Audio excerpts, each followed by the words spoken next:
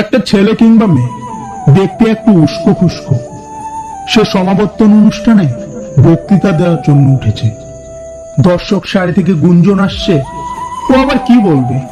চেহারা দেখে তো মনে হয় না কিছু বলতে পারবে।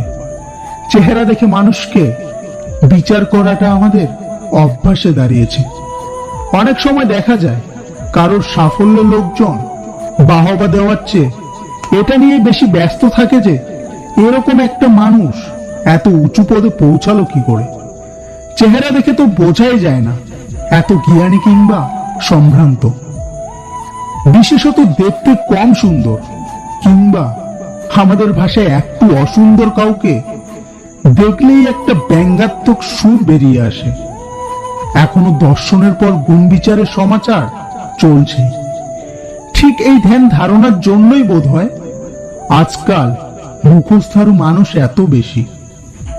কারো চেহারার ঔজ্জ্বল্যের ছাপ খুঁজে না পাওয়ার অর্থ এমন নয় যে সে মলিন। এমনও তো হতে পারে তার সাপলীল সৌন্দর্য খোঁজার মতো সেই চোখটাই আপনার নেই। নিজের চোখে ছানি পড়লে অন্যের জানালার কাজ ঘোলাটে মনে হয়, অথচ চিকিৎসা কিন্তু চোখেরই দরকার, পাশের বাড়ির জানালার নয়।